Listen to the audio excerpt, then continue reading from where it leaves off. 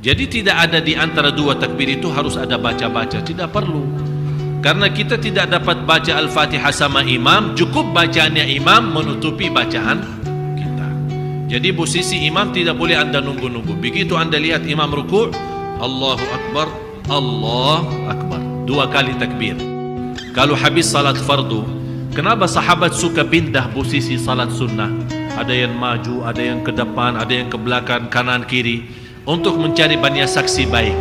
Jadi karena tanah ini kan menjadi bicara nanti di hari kiamat. Jadi mereka sengaja kalau salat fardu di sini, udah salat sunnah di sana, salat sunnah ke sana. Jadi suka pindah-pindah agar mencari banyak saksi. Tapi kalau saat anda pindah, tolong jangan salat sunnah di depan pintu.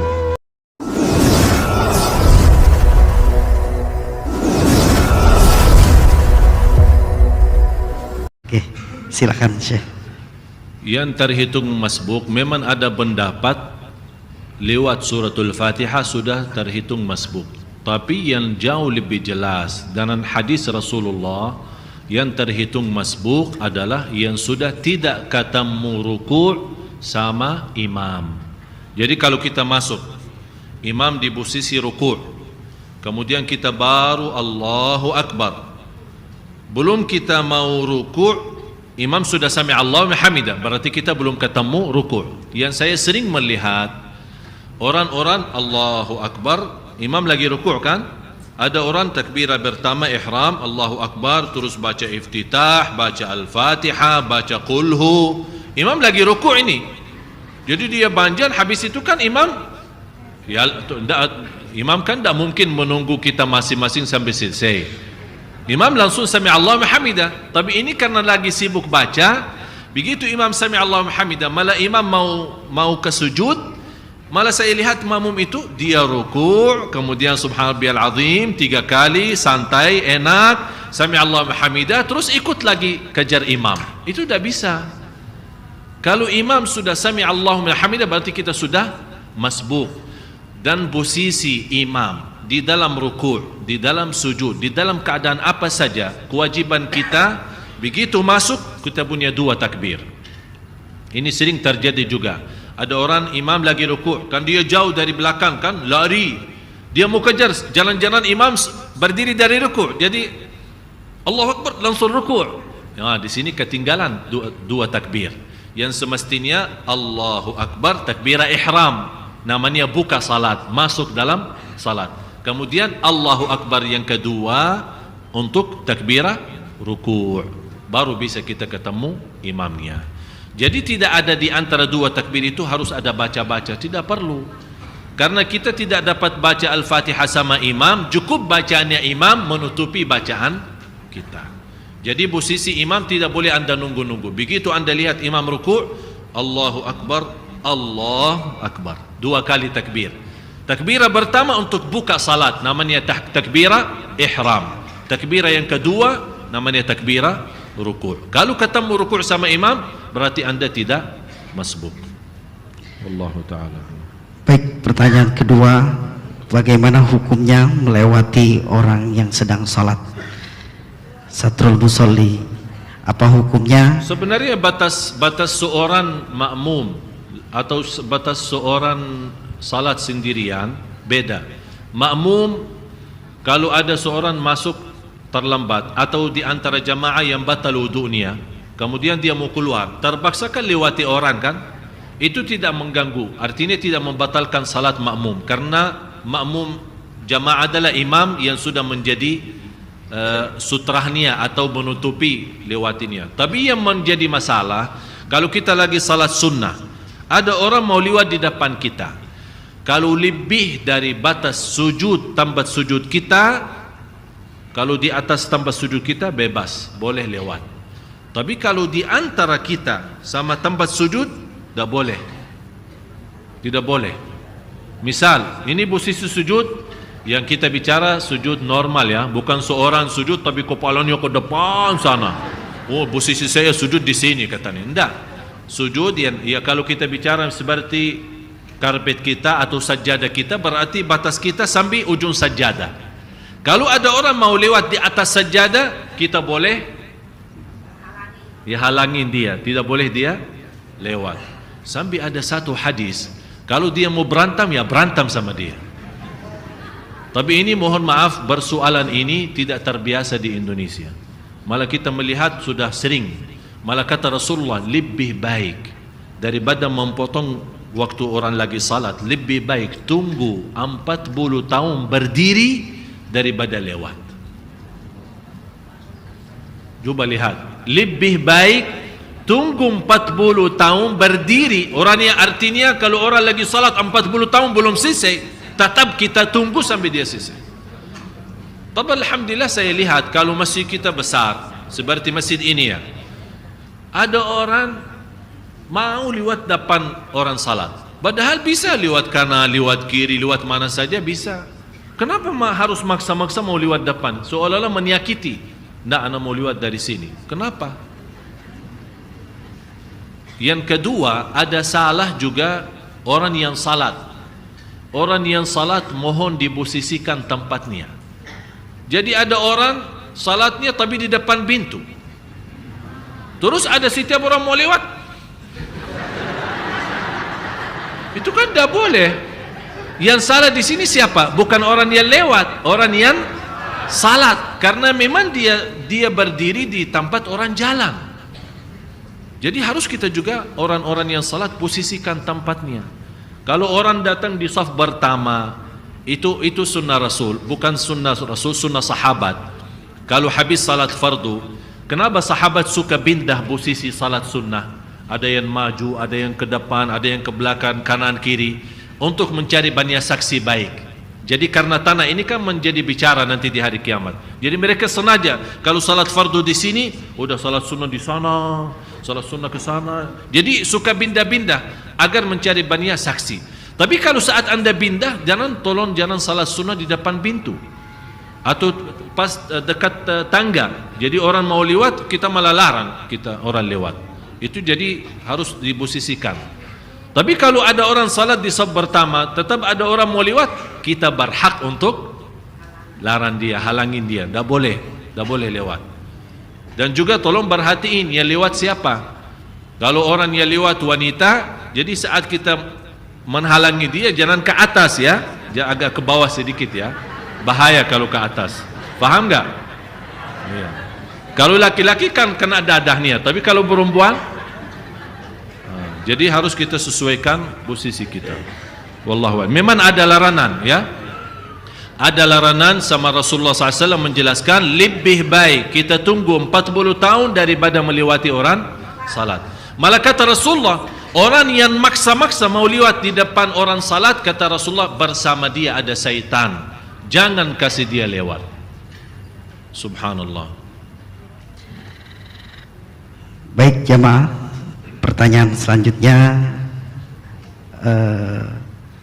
apakah yang lebih utama salat tahiyatul masjid atau salat sunnah qobliyah setelah azan? Apakah ketika dia habis azan mau qomat dia salat qobliyah atau tahiyatul masjid? Mana yang lebih afdal? Yang utama bagi orang yang masuk masjid pertama kali, yang utama tahiyatul masjid. Dan boleh 2 in 1. Faham 2 in 1? Maksudnya apa 2 in 1? Nawaitu tahiyatul masjid sekaligus sunnah qabliyah, sekaligus sunnah wudu, malah bisa 3 in 1. Bisa 3 in 1. Contoh, kita masuk masjid waktu duha, sudah wudu, saya mau salat sunnah wudu, mau salat tahiyatul masjid, mau salat sunnah duha. Boleh jadi 3 kali sunnah. Sunnah wudu salam, tahiyatul masjid salam, duha salam.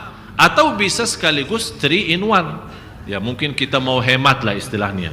Kalau mau hemat, keburu, tidak bisa lama, udah 3 in 1. Nawaitu duha, nawaitu sunnah wudu, nawaitu tahiyat al-masjid. Apalagi antara azan iqamah, karena kita maklum masjid-masjid di Indonesia antara azan iqamah biasanya tidak lama. Ya, kalau kita mau salat tahiyatul masjid, kemudian sunnah qabliyah, tidak keburu. Itu umumnya ya, umumnya seperti itu. Oleh karena itu di sini cukup. Kalau kita merasa, oh kalau 3 in 1 kayaknya tidak enak, tidak mantap nih. Kalau 2 in 1 juga tidak mantap. Saya mau pisah-pisah, ya terserah. Kalau anda merasa mau sendiri-sendiri, diutamakan tahiyatul masjid. Kalau anda masih ada kesempatan sunnah qabliyah, ya syukur. Kalau tidak sempat, insyaallah terhitung sebagai tahiyatul masjid sunnah qabliyahnya. Wallahu ta'ala. Tolong ibu-ibu, bapak-bapak, jawab pertanyaan kami, insyaallah akan menjadi banyak manfaat bagi anda semua. Karena selama ini banyak orang tidak sempat mendapatkan tanya jawab, tapi ini betul-betul menjadi ilmu. Jadi saya menjawab insyaallah dengan jelas dan titik supaya bapak ibu mengerti. Jadi mohon perhatian kalau ada pertanyaan yang penting untuk ibadah kita, tolong perhatiin jawabannya supaya ini bisa menjadi ilmu bagi kita. Amin ya rabbal alamin. Amin ya rabbal alamin. Dan selanjutnya mengenai imam, bagaimana kita sholat di belakang imam yang imamnya bacaannya tidak benar panjang pendeknya, dan juga bagaimana seorang imam dia adalah mantan pezina, apakah sah makmumnya dalam sholat jamaah? Yang pertama apa, imamnya kenapa? Imamnya bacaannya tidak benar panjang pendeknya, tajwidnya ngelantur. Ini sebenarnya salah satu masalah di Indonesia, dan alhamdulillah kita lihat di Masjid Agung Sunda Kelapa sudah mengatasi masalah ini. Dengan keputusan tidak boleh seorang di Sunda Kelapa jadi imam kecuali sudah hafiz. Dan alhamdulillah rata-rata imam kita sudah bukan hanya hafiz Quran, tapi bacaannya juga cukup bagus lah, ya, cukup bagus, bisa memimpin kita dalam salat. Tapi yang terjadi di tempat lain, khususnya musalla-musalla, apalagi di kampung-kampung, ini memang masalah. Malah ada orang sudah tahu diri tidak bisa baca benar, tapi maksa-maksa mau jadi imam. Malah seorang ketemu di salah satu kampung minta, tolong Syekh doakan supaya saya jadi imam.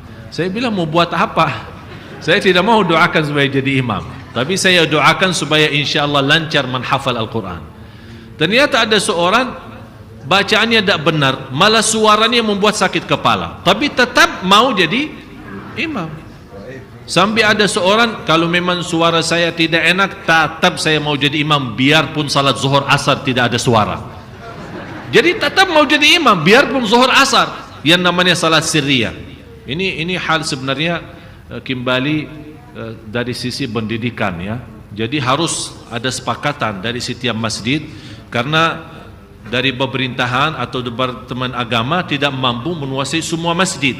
Kalau misal kita di Madinah, tidak ada istilahnya sembarangan imam, tidak ada di Madinah. Di sana ada aturan. Biarpun ada orang bangun masjid pribadi, tetap ikut aturan kerajaan di sana. Imam harus hafal sekian juz, kalau masih besar 30 juz, kalau masih biasa 15 juz. Dites hafalannya, dites bacaannya. Jadi ada istilahnya sertifikat. Kalau dia sudah punya sertifikat, dia boleh maju jadi imam. Kalau di Indonesia mungkin alasannya masyarakat banyak, masih musalla di mana-mana, agak keberatan kalau kita bilang departemen agama harus menguasai semua dan mengkontrol semua, agak sulit. Oleh karena itu ini kembali kepada masjid masing-masing, musalla masing-masing, harus mereka bersepakat, bermusyawarah, rapat, memilih seorang imam yang kira-kira yang terbaik di antara yang ada, ya. Kalau memang semuanya tidak hafal, ya kira-kira siapa yang terbaik dalam sisi bacaan, walaupun tidak hafal banyak. Karena Rasulullah SAW di sini bersabda, ya ummun nasa aqra'uhum li kitabillah, yang boleh jadi imam yang paling baik bacaannya, bukan banyak hafalan. Ada orang banyak hafalan tapi bacaannya tidak benar. Jadi harus memperhatikan sisi bacaannya. Yang kedua, seorang imam yang jadi imam tapi sebagaimana pertanyaan tadi, dia mantan laku zina atau berlaku hal-hal yang tidak baik, sebenarnya itu dinamakan dalam fikih namanya imam menimami seorang fasik. Apakah boleh kita makmum di belakang imam fasik? Itu namanya dalam fikih, namanya imam fasik. Maksudnya fasik apa? Punya dosa besar. Dia lagi lakukan atau mantan, pokoknya dia termasuk punya dosa besar. Ini dalam hal ada yang tidak dibenarkan oleh ulama, ada yang membenarkan, tapi menurut saya boleh kalau dia imam bagus bacaannya, banyak hafalannya, biarpun dia masih punya dosa besar, boleh dia jadi imam. Dasarnya apa? Hadis Rasulullah sallallahu alaihi wasallam, kalau diimami seorang fasik, kalau dia salatnya baik, kita dapat yang baik. Kalau salatnya tidak diterima, kita diterima salat kita oleh Allah Subhanahu wa taala. Artinya kita tidak tertanggung jawab soal dosa dia. Ya, tetap salat kita sah sebagai makmum.